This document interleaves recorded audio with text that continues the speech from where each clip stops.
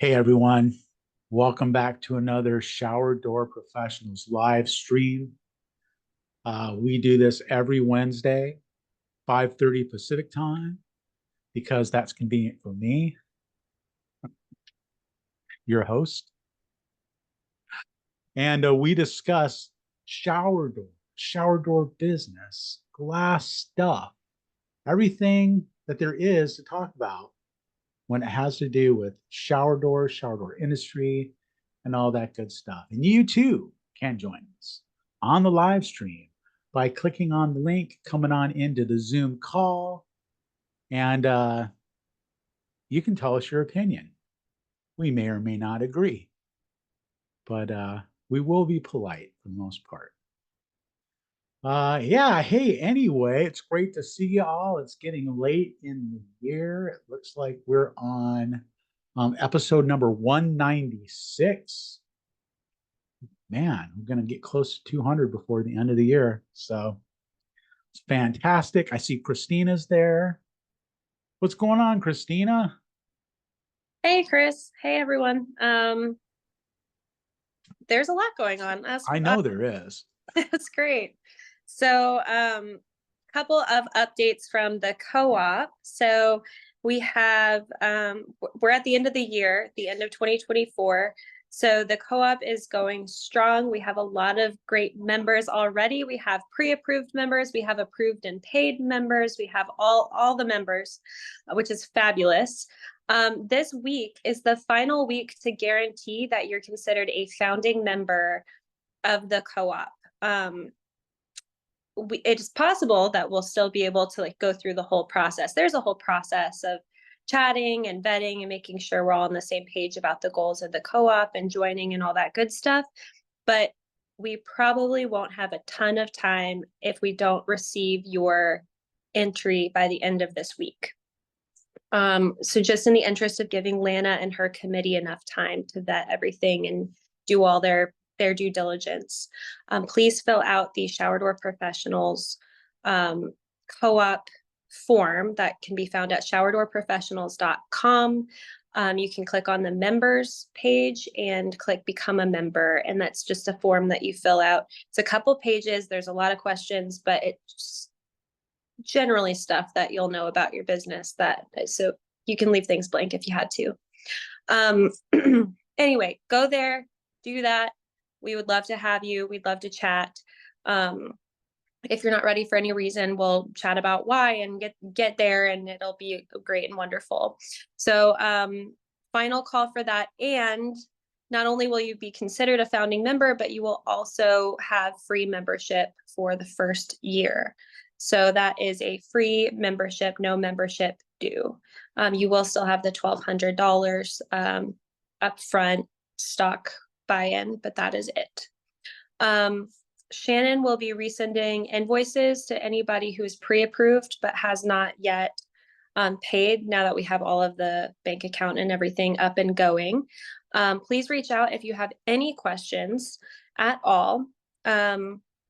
We did receive some payments today, which is awesome for some new members. So some members who are pre-approved and have now paid. So I have for sure Hanover Glass and Mirror, which is Morgan Miller and Doug Miller, as well as Higginbotham. Wait, that's not right. I'm sorry. I just said the wrong thing. Eric Stern with Moffett Glass. I'm looking at a lot of names right now. So thank you guys so much. We're so happy to have you. You'll be hearing more from us in the coming days. And then I also wanted to do a quick thoughts and prayers situation. There's a lot going on for a lot of people right now, and a lot of people in this group. It's the Christmas holiday season, and all that is good and fine, but life is still happening. So thoughts and prayers for Lana. She's been sick. Doug Miller at Hanover Glass has been having a rough time as well. Obviously, Billy Britt, we haven't forgotten about you. And Mike Mazelon, Shannon McKinney has an injury, and Rob Gomez has some things going on personally. And just I want to make sure that everyone's thinking of everyone and make this a community. So thoughts and prayers to all of our friends. And then we can now accept Zelle payments for the co-op if you'd like to have Zelle payments. And we do not have a call scheduled next week for Christmas. So this call will not be happening next week for Christmas, but it will happen for anybody available on New Year's. And also thinking of, I just saw Shannon's shout out Adrian as well. Adrian's dad, thoughts and prayers to your dad and you and your family. So, and then the co-op, if you don't know what it is a means for us to get together, create a referral network for one another, generate leads, pool our resources for some joint marketing. And then also, Chris works really hard to put on these calls. And there's a lot of us here and a lot of us who want the resources and references, the network. So we're starting to make these calls a kind of a paid, it's just a little stipend, a paid situation for vendors who want to come on and promote some of the things that they're doing, any new hardware or software or products that they'd like to talk about, or their services that they offer. I think this group is so wonderful and educational and productive, and Chris has done such a great job running it, and he deserves to get a little kudos for that, and the co-op is going to be able to bring that to him. So I think that's all that I have right now. Anything else, Chris? I don't think so. Thanks so much for mentioning those members who are like, are having, illnesses or whatever. Just, those of us, some of us like pray, can like just pray for those people and just think about them or meditate, whatever it is that we do, but I really like you're bringing that up, and just so we can be more of a community like in that way. It's pretty cool. And yeah, this group has actually been very valuable to some of the vendors in the industry. I mean, people who've come on and done talks and stuff have like seen like big spike in business and stuff like that. So it's a valuable resource to them. So it's cool that we can make that available, and also get some education from them at the same time. So thanks for that, and good job. And I guess this is actually the last meeting of the year. Now that I think of it, if we're not going to meet on Christmas, New Year's Day is going to be next year. So this is the last chance this year to talk about shower doors together. And so make it good. Anyway, so tonight's topic, it was suggested that we take this on as a topic of just getting good photos.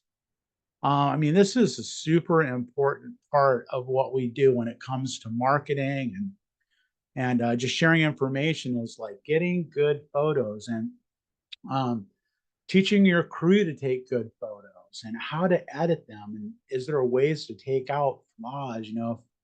If you get back to the shop and you notice in the photo there's something you didn't want in the photo, is there a way to get that out of there?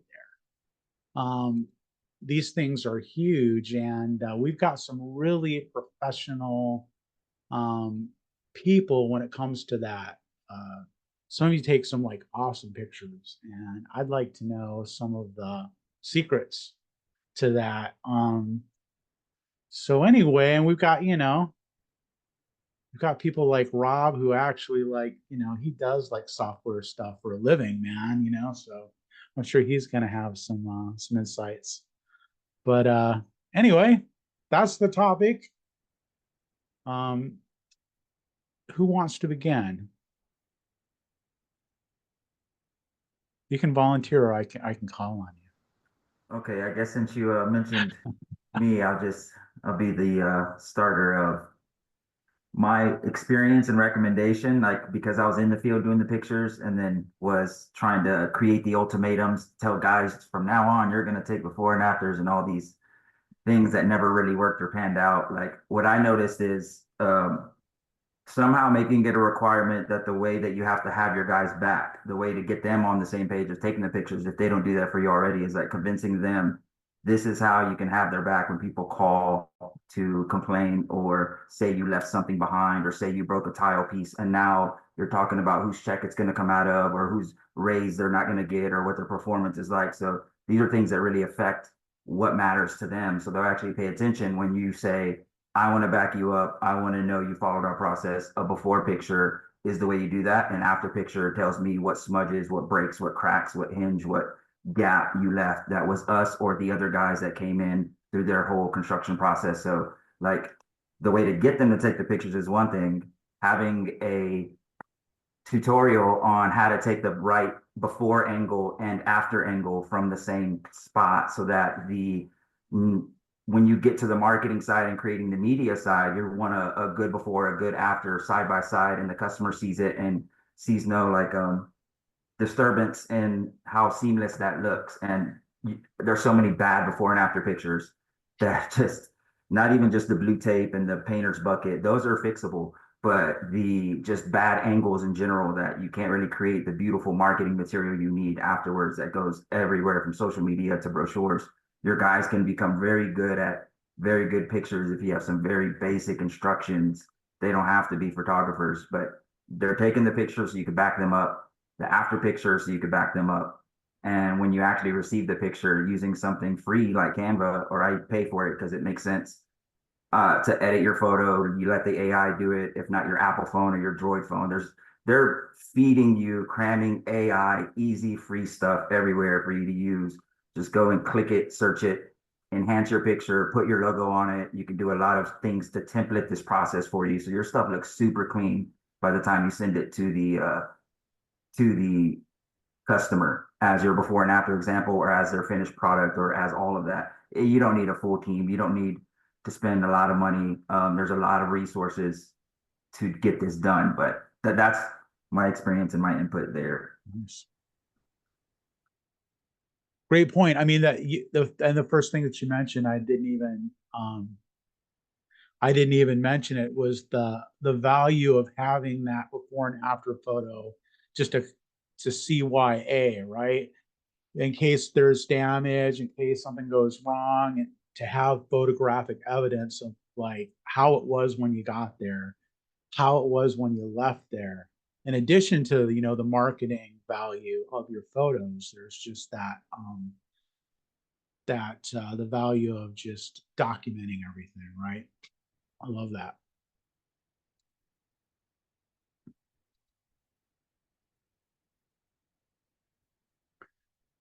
The cool thing too now is that like even if you've got an old phone, they take really good photos. I mean unless you've got like a really really phone. But it's like me, I'm like I never have the latest phone because that's just me. But even with my older phone, it's like I can get amazing photos and really high resolution.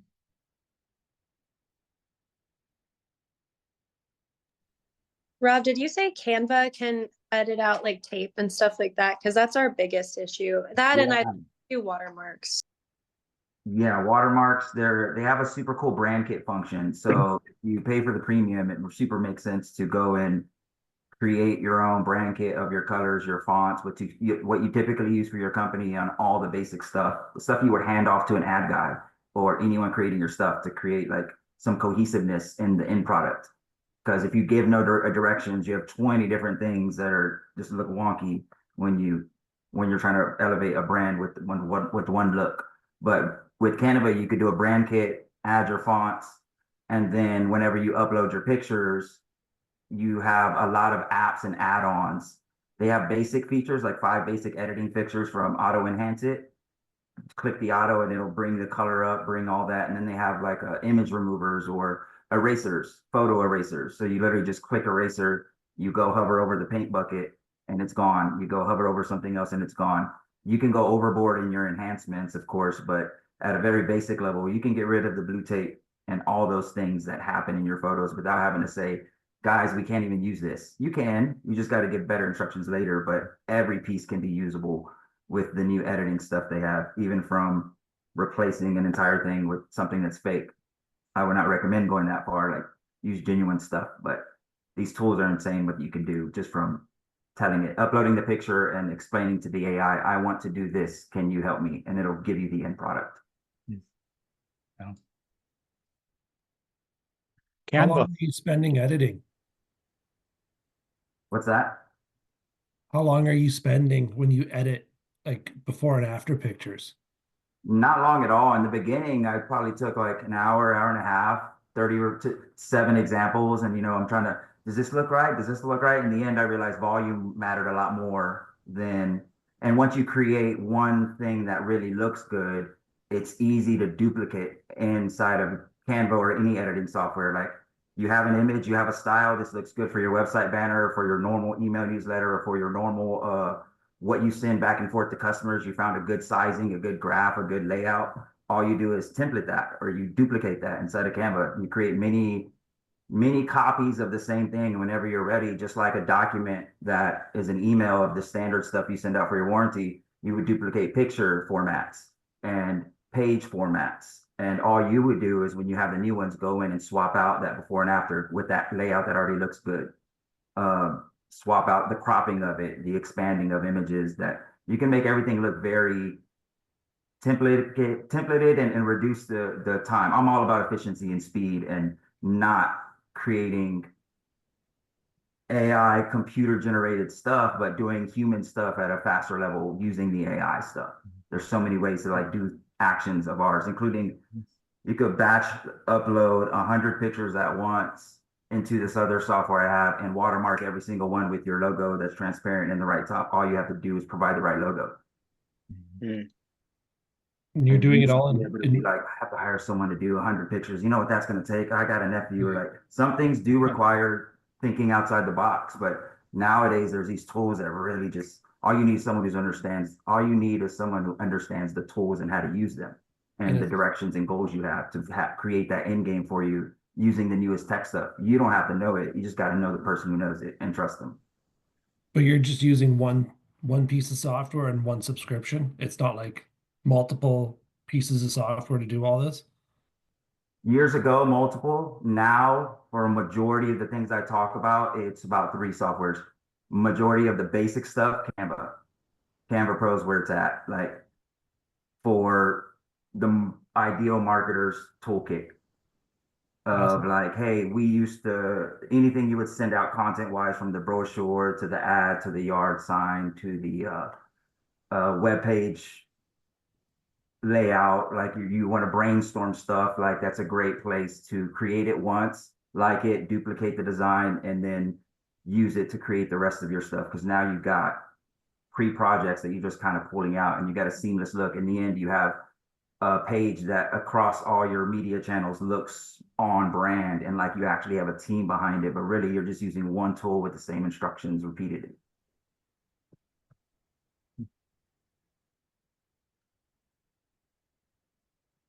Shannon says before, after. Sorry, my pictures What do you are mean, loading. Shannon? My pictures are loading. It's just Oh, spiraling. I have a before and after I get picture it. where I use Oh, the there they- Canva magic eraser. Here they come. And it was, I mean, I was just the sorcery just, I don't know. I started to just walk away. It just seemed wrong. It was so magical. Yeah, so hopefully you can see the before and after now. So got rid of that, the classic. You got the level, the tape in the niche, and you got the can of spray away down at the bottom, and the after picture. I mean, the magic eraser too, you just go whoot over the area, and look at that tile. How does it do that? Oh, It's magic. sorcery. Do you guys have any problems or difficulties picking out horizontal photos versus vertical photos if you're doing like a print ad or a banner on your website and stuff like that? Are you able to kind of manipulate sizing and make it not look smashed, or are there any tricks for that? Yeah, there's a huge trick in Canva. If you have the pro version, a resizing tool. I used to have to do this in different ways where you like create the size you need and then fill the picture in and make other things in it. But now it's like you literally take a picture that's horizontal on a phone and you say, I want to resize this into something that's wide and tall. And it will resize it for you in a way that does not distort the image or make it wrong at all. It just gives you your starting point where you can fill in the blanks.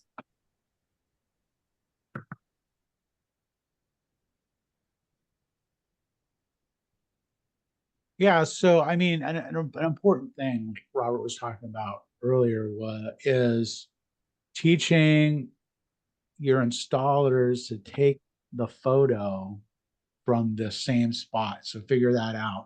Figure out what's going to be the best spot to get the after photo. Kind of work it backwards, right? Figure out, okay, this is where I want to stand when I take the after photo, and take the before photo there, so that when you do take the after photo, there you've got the same angle. Then you can actually like morph one into the other or whatever. I mean, you can do some cool things like that if it's very close.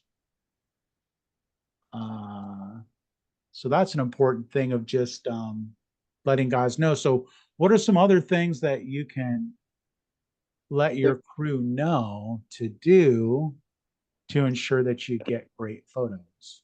Closing the toilet lid is a big one, as well as the door to the bathroom, right? So you're not getting a partial shot of somebody's bedroom or a hallway. I struggle currently with getting the guys to take a good picture. I don't know that they fully understand the purpose of it sometimes, and maybe that's part of the problem. Right? It's not just a picture for me to keep in my own files or for me to see what the finished product looked like, but it's to be used for marketing material. So it needs to have, in my opinion, it needs to have a certain level of quality to it. And I find it hard to communicate that to the guys to the point where they understand it. And since I'm personally not going out on a lot of the installs anymore. I have to rely on them to take a pretty decent photo, and that can be frustrating at times. Because I'll get the text back with the photo, and it's like, I appreciate the photo, but did you really pay attention to it and look at it before you kind of left the house? Like it needs to serve a purpose. It needs to look good. It needs to look professional. The other thing that I struggle with some of the guys, like on my iPhone, I'm able to zoom out, right? So I can stand in a small bathroom, I can zoom out that angle and that lens, and I can still get the full shot of the shower and part of the bathroom. Not all my guys have that feature on their iPhone, so it's difficult for them to get like the full shot of the shower. And sometimes it's a really good looking shower on some really nice looking tile, and it's clean and everything's looking great, but it's like, it's like 2/3 of a shower and the rest of it is gone. And it's like, man, that sucks. Right. Cause like, I can't really use it. I mean, I guess I could, but I often don't. So that's kind of frustrating. I had actually contemplated, getting phones for the guys just so they have that all the time with them, and that's like not an issue anymore. I don't know. What some people do is provide a iPad for like each truck, right? So each truck's got an iPad. That way there's a lot of stuff that can do for you.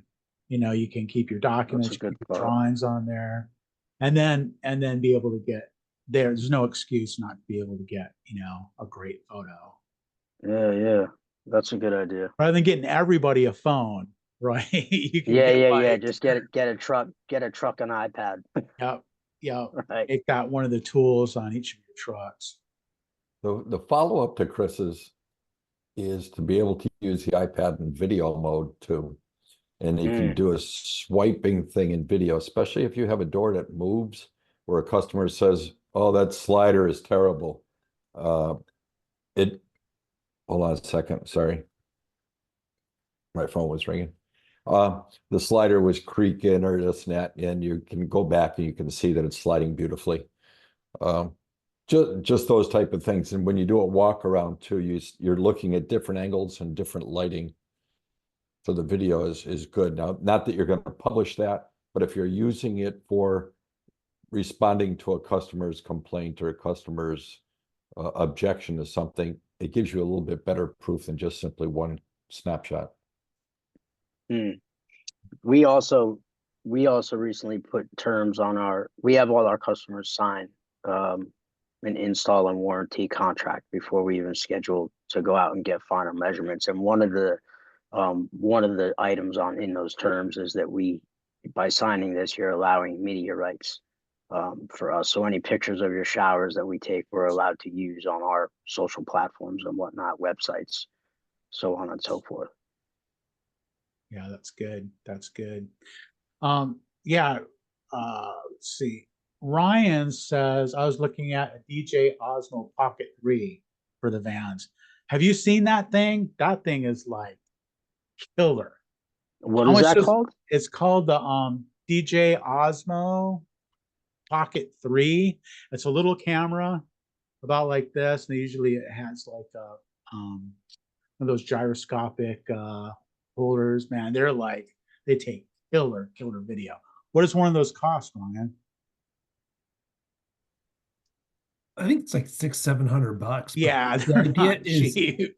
they can do like time-lapse videos of the install and stuff too. And then we can do editing, and then we can do Instagram reels with it if you turn the screen the other way. And then I can use it for LinkedIn posts, and then it's pretty versatile that it'll do pretty much the whole gamut, and they're not tied up using their phone for it as well. So if the phone rings, they can still answer it, whatever. We're not tying up a phone. This can just run in the background while they're doing their install. It's a totally separate device, an item. It's not their personal phone or anything like that. And it just runs. That was the idea. And we just outfit one per van and kind of collect them at the end of the week, get all the material off it, upload, and ideally edit and send it off as, installs for the week. Yeah, it's a great camera. I've seen them. They're like tiny and they're like amazing. I mean, you could shoot like movie quality video. And I'm hoping we could do a lot of the editing right inside that too, but because I'm not good at any of that sort of stuff. But yeah. I mean, the first thing I think of is like, I got just a iPad, not like top of the line iPad, but just what was good enough, to send out in the van. And I mean, the first week they broke it, the first week, got the like heavy duty Otter case, the indestructible case, and somehow they managed like the first week or two break the screen. So it's like, oh, well, it works with a broken screen. yeah. But yeah, that's something to think about. So another method for getting some photos, I was just on our website. I haven't updated it recently, but we have a gallery page, and within the gallery page, we do a link to the contractor who we created the shower for. We do a lot of contractor work. And so I'll scroll through their websites and their Instagram and everything. And when they have a cool picture, I'll say, hey, can I have a copy of that picture? And I'll put it on my website and link it back to you. Backlinks are great for them. I get good quality, professionally taken photos. And I've actually had contractors say, hey, how come you don't have one of my pictures up there? I'm like, give me one. I'll add it, no problem. So it's worked out pretty well for us. They go for it. Every once in a while, there's a photographer that they're working with where the photographer needs to get paid for additional uses. So sometimes that gets in the way, but for the most part, they say, yeah, go for it. That's a brilliant idea. Because like, you know, if they're doing like a high-end home, they'll probably hire a professional photographer at the end to go through after everything's done and clean and everything and get like some Yes. stellar photos. If you can get copies of those, that's awesome. The biggest problem I have run into, there are so many times where the photographer does not recognize that the shower is the most important piece of the picture. I don't know. How is that possible? It's ridiculous. Sometimes they don't even take a picture of the shower. Can you imagine? No, I can't. Need some photographer education. Put that on the list for the co-op. Yeah. Photographer education. Let photographers know that like how important shower doors are. We've asked a couple contractors too and homeowners, you know, like if you're going into a job where it's a remodel or new construction and we get in there too soon, right? And the shower door goes in, but like, you know, there's still protective, you know, masonite on the floors or the walls haven't really been sanded and painted yet. And the room itself isn't finished, even though the shower door is. We've asked a couple times if we could come back after everything was completed to get like a final finished photo because it's that good looking. That's been useful too, to just, I mean, the worst they can say is no. And a couple people have said no. Yeah. But But probably it's most worth people it's don't though, right? No, most people are into it. You know, Yeah. especially when you let them know, like, hey, we're looking to put this on our social media platforms, or, you know, we're gonna run it on the front page of our website. You know, that's exciting to people, right? Like, ooh, my shower is gonna be on, you know, on the front page of the website. Yeah, Yeah, exactly. Better than the Joneses. yeah, man. Exactly. That's a great way to sell a shower door. It's like, hey, you know, nobody on your block is going to shower door. That's so I tell people. This one's just for you. Just for you, man. Best. Cool. So put that on the list. So it's like let the guys know or gals. You know, maybe you've got some gals installing your shower doors. I mean, it could happen, right? But when you're right, Shannon's out there muscling it in. But No, if I'm not out there, but we have a girl, and we're so proud of right her, and she's so good.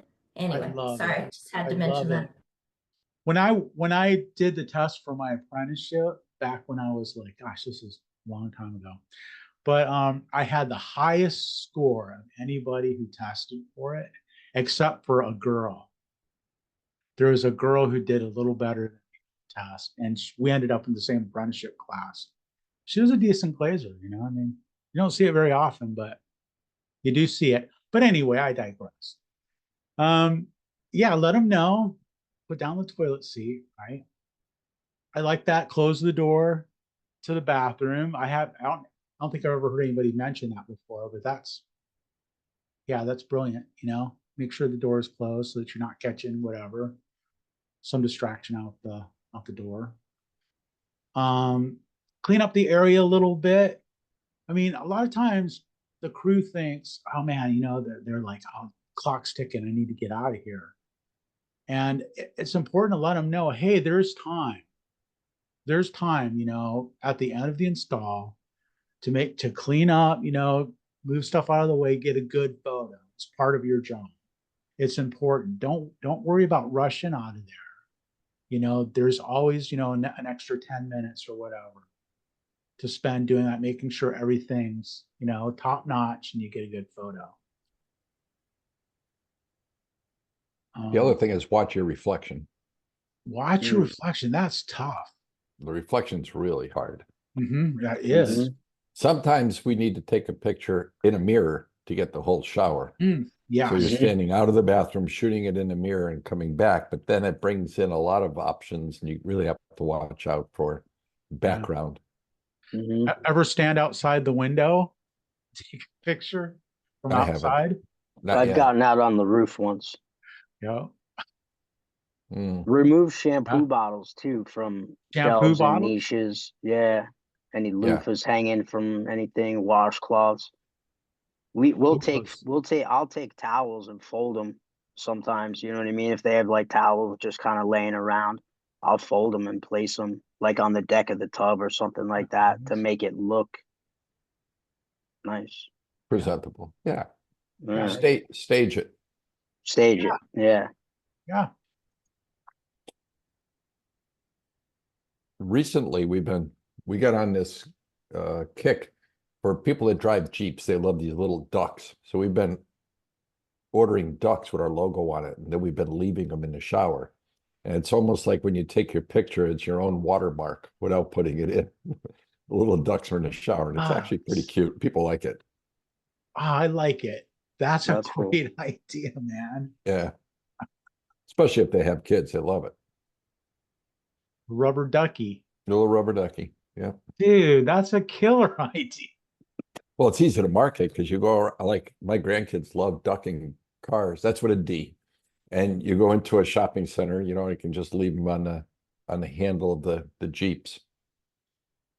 And we'll only do Jeeps. Oh, yeah. Yeah. And the It's kid it's takes a it Jeep home. thing. For some reason, it's a Jeep thing, but they love it. Smart.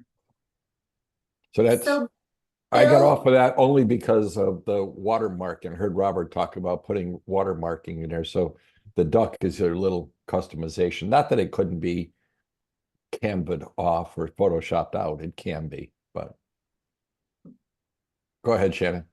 I remember you talking, Bill, about at the time that you were hiring people, including as part of their job description that they were part of your social media team and like right from the beginning, having them kind of recognize that that's an important part of their job. I can't I quite do. remember the details, but Well, it's a whole thing. I mean, to me, they're their best salesmen too. You know, a lot of installers don't look at themselves as salesmen, but theoretically, they really are the best salesmen. They're the last point of contact that customer has. And after that whole process of selecting the door, getting it measured, meeting with somebody, paying the deposit, being home for the installation, those guys make or break you. And if they've got a great personality, many times they're going to be able to sell a second door in a home, especially when the people are happy with that. You know, don't you think you should put it in the other bathroom too? Or, you know, we've got a great slider that's a great option for your tub. So these guys really can be salesmen. And we use the installers as a training ground for sales because no one sells a product better than somebody that's installed it. They can answer every question. They know the pitfalls. They know what door is good in what application. So if you get a really good installer and you can train them to get into sales gradually, and they get good soft skills and personal, you know, relationship skills, they're killer. They're great. So it is part of their job. It's the whole customer relationship. I mean, Shannon, you could do a great job with a customer and you go out there and your installer could mess it up too. And as good as you've done and as good as the product you have, they could mess it up. It's no different than dropping your car off to a repair guy. You could have a great car. It's beautiful. They can mess it up on you. So technicians are really, really important part of the job. That's why you try and have them dressed nicely. You know, you get them nice shirts and it's a presentation of how you want your company to be in front of the customer.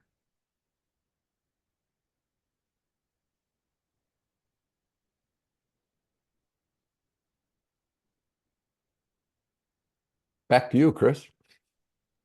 Hey, how you doing out there? Taking good photos. We're talking about photos. Taking good ones. Shower doors are not that easy to photograph. I mean, glass is not very easy to photograph. Which may be why like those photographers like are shying away from taking the photos. I mean, it's challenging. A lot of good ones are taken at night, so you're not getting the outside sun coming in. Some bathrooms bring that sun in and then it's bouncing off the mirror and you get terrible reflections. It's much easier to control your lighting at nighttime and then just changing the angle. If you're using a selfie stick, you can take an elevated view looking down at it, which gives an interesting, really interesting look at the shower. And if you're using it for marketing, it's the perspective, right? You want to give them a different perspective to look at it. Maybe from the floor up or on an odd angle. Those selfie sticks, if you're using a good quality iPhone or, you know, Android with a good quality camera, taking those odd angles with a selfie stick is easy. Yeah. And that's where that other camera comes into play too, that you were talking about. Mm-hmm. Yeah. Yeah. It helps too if you're taking a picture from the bottom up of that perspective to flip your phone over so your lens is all the way down on the tile floor and then rotate that later. Yeah. If you have a professional camera, you can also use a polarizing filter on your lens. That'll take a lot of that reflection out of the glass. And of course, I guess if you're really good at Photoshop, you can probably do the same type thing in Photoshop.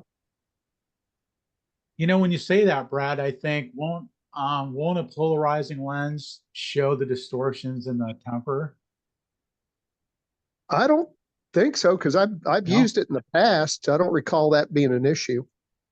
Have you ever like looked at tempered glass through polarized sunglasses? You can see the. Oh yeah, I see exactly what you're saying. That's a good point, but I don't recall it being a problem when I've done it to, you know, and I haven't done it a lot, but it seemed like years ago when I was trying to, you know, get pictures for my website when I was starting out, I did use a polarizing lens, and I just don't recall that being an issue. I guess if you're standing back a ways, that's a good point, Chris. Yeah, I don't I'd know. like I to mean, that's play just with that what I and thought see. of. It may be a different kind of polarization, you know, than sunglasses have. You know what I mean? I think. I've used one and I haven't gotten that distortion. And Magic Eraser does also take out the look, whatever your I don't know, That whatever. wavy distortion looking stuff. No, I'm sorry. Take out the reflection. So Magic Eraser can take out the reflection too. But I was also going to add that I took a picture one time that had zero reflection. I used my polarizing lens. I was playing around. I'm like, I'm gonna master this. There was no reflection, and it looked like there was just a handle hanging out in space. So pictures without any reflection also look really bad too. Yeah, right. Yeah, that's the thing about like low iron glass. I mean, sometimes it's hard to even get that there's glass in the photo.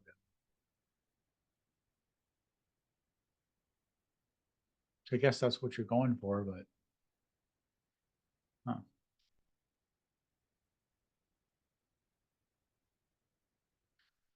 Good stuff. Have we said everything there is to say about taking photos, shower doors? Could be. Let me take it to the next step, Chris. Okay, let's do it, Bill. I don't know if you ever saw the TV ad. It was an ad put out by Saint-Gobain Glass. It was phenomenal. They were coming out with their low iron glass and they wanted to show how transparent it was. So, you know, if you're in the creative department and you're trying to think of how do I show how clear the glass is if you can't see the glass in the ad? Right. And they came up with the most clever thing I've ever seen. Maybe some of you guys remember seeing it. You can YouTube it and find it. So it's Saint-Gobain Glass commercial, I guess I would call it. But it's an Oriental guy sitting in like this big castle at a table, and he's eating, and his servant is bringing his drink to him. And you can hear the servant walking down the hall, making one step and then going another step, going, until he gets close to the guy. And when he goes, you see the steam of his breath fog up the glass.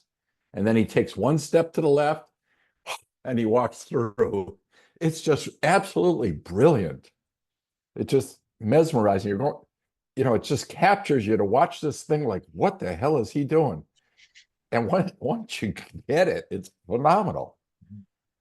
And you can almost do the same thing in shower doors. If you really want to show off that your glass is clean and clear, you could show pictures of people coming into work with these little nose bands like they ran into their glass.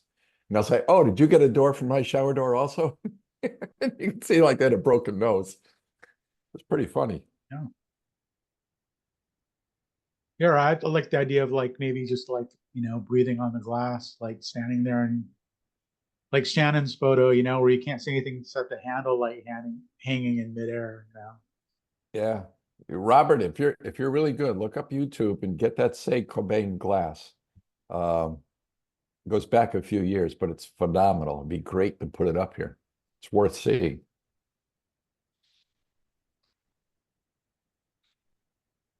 And just so you know the spelling of it, it's Saint, S-A-I-N-T, then Gobain, Gobain. Saint Cobain. Huh? Where are they at? I don't really know. They're European, I believe. Well, somebody might have it. Shannon beat him to it. Are you kidding me? It's not the one that you're talking about, Oh. but it's a different Gobain, same type of deal, and it's kind of creepy. It kind of is creeping me out, but yeah, same type of very creative. This glass is so clear you can't even tell. Yeah, it's good. Yeah, somebody put their minds together to come up with this. Just absolutely brilliant. I'm going to post it to the Facebook group. I'm logging on to the one Shannon did just to see how it comes up. Oh, just found the other one. I'll add it. That's adorable. You found it? Yeah. Yeah, Yeah, India, it says.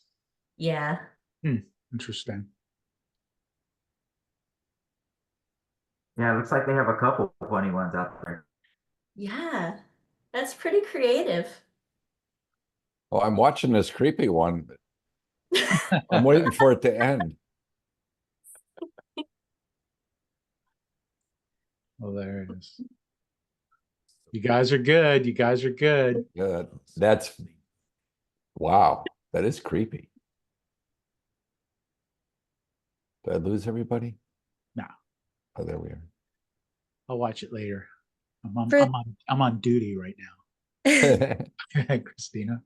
Yeah, I don't know if this is helpful or not. I would say we just got our guys to really commit to taking photos just this year. The way I did it, they really hated, but it worked and it saved us a bunch of times and now they are fully bought in.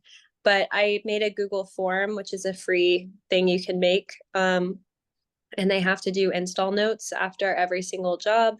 And so they fill out the form after every job. And I've made adding a photo of that a required field. If they forget to take a photo, they have to take a photo of something. So they usually take a photo of their hand or their shoe or something. And then I'm like, guys, where's the photo? So it's a conversation every single day. And that's kind of how it started. They didn't like it, but it worked. And they didn't like not having a photo ready and available. So, and it saved us. It saved us a few times. The contractor tried to back charge us like $1,200 for a tile that was cracked, but it was cracked when we measured and we brought it to his attention and he refused to fix it. So, yeah, saved us from that. It was just a bad situation. Wow. That's so important. Thanks for sharing that, because that was kind of a question I was having, after,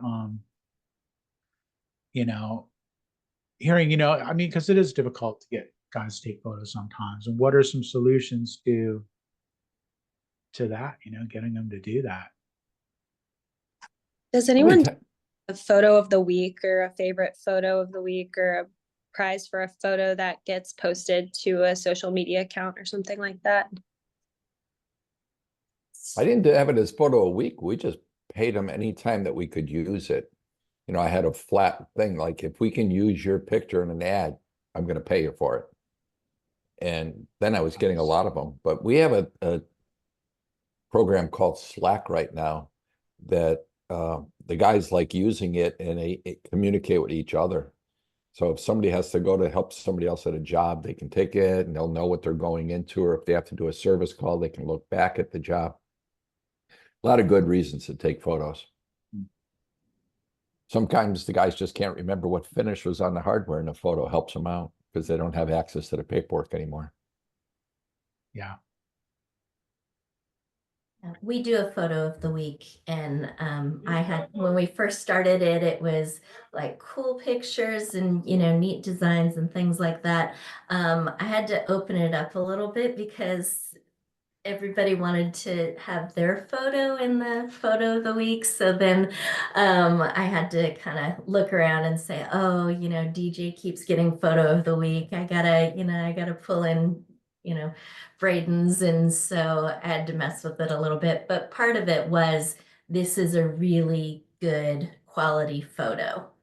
But we do like you do, Christina, where they have to take a picture after every single job. So that was kind of part of a bonus, that you have to take a picture, but you get recognized for, a good install, good picture, good whatever. I think the final backed up whole photo for social media or whatever the case is great, but does anybody take or require their technicians to take photos or videos of silicone or hardware or anything like that, the glass, each piece, anything? Our guys have to take pictures that they used blue tape before siliconing. We just had too many people that, thought that they were hot shit with their silicone job, and they weren't. And so we said, we want everybody to use blue tape. So they tape it up, do their silicone, tool it, and then take the tape off. And, they weren't doing it. So we said, we want a picture of the blue tape. So, yeah. Okay. So if you don't get it, what happens? Then they get written up. It's pretty Reprimanded. hardcore, but it was, yeah, we were over it. It was, yeah. Well, it's It part was of Christina, it's got to be part of the job. It's no different than cleaning up after yourself. You want installers leaving a dust trail behind themselves or metal shavings. It's the same thing. You got to clean up and take the picture at the end. I don't know. It's not that hard. Oh, our before picture and after picture, or our before picture is after they put down the protection, after they put down their moving blankets or whatever they're using for protection too. So our before picture also serves as showing that they really did use protection. Nice. Yeah. Does everyone require their installers to wear booties? Nope. Photo. We try too many safety over everything else. That worry, we just, no matter how much we even wanted to do it, it just wasn't the right. We couldn't get it to stick anywhere because of that safety was so important. Yeah, we don't wear booties. We'll wear them for a measure sometimes, but everybody's told when we come back to install, no booties. We'll put down tarps and floor protection, but we're not wearing booties, especially on a tile floor. Too much of a liability. Why, your booties don't have the little rubber bottoms to it? That's not enough traction when you're carrying, Yeah. a 100-pound piece of glass. Nah, we don't do it. We've had guys slip, and at this point we've just told homeowners that it's too much of a liability, and I've lied before and said that insurance makes us not wear them. It's believable. Christina, you lied? It's believable. Can't imagine. Confessional right here. I Yeah. bet I could call the broker and say, hey, I need you to help me out. Put No. this in policy. There you go. Good stuff. Good stuff. Good talk, everybody. Hey, Chris, will these links in the chat stay there during the, like, if I go back and look at this tomorrow, will I have access to those links? Actually, so I can save this. So it'll download with the video for this. Yeah. And so I'll have like a little text file with the links and I can just send it to you. I'll just copy it. Yeah. I'm assuming the one Robert did is the same one. So yeah, copy link. Okay, got it. Yeah, yeah. Yeah, I finally found that specific one. They have a whole YouTube channel full of funny ones, but that one's from 15 years ago, the one that you were Yeah, it was a while ago, but it's phenomenal. Wow. They had a great dedicated team on these funny commercials. They really did. They really did. Hey, Rob, All right. before we go, I just wanted to see, is there any updates to the website or any announcements that we need to make before we take off? Oh yes, of course. Reminders for top of the call.